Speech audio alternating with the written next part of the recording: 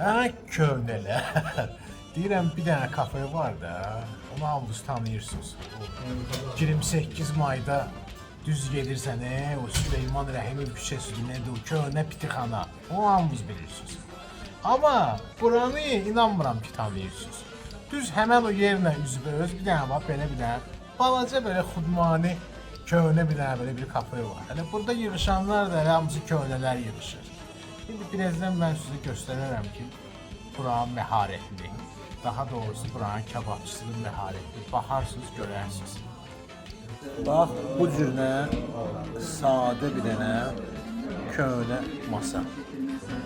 Gəlin mənə deyin ki, görəsən bu nə kebabıdır? Kim tuta biləcəyim bunu, hə? Yanında da ki, sadə malakan kələmi. Biraz da bax, belə sveji göyərdik. Köhnə acika, qatıq.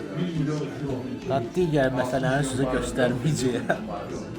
Baxın, lezzətə bir dənə yaxşı baxın. Hə, mənə də nuş olsun, qəlbdən qəlbə bu qədər.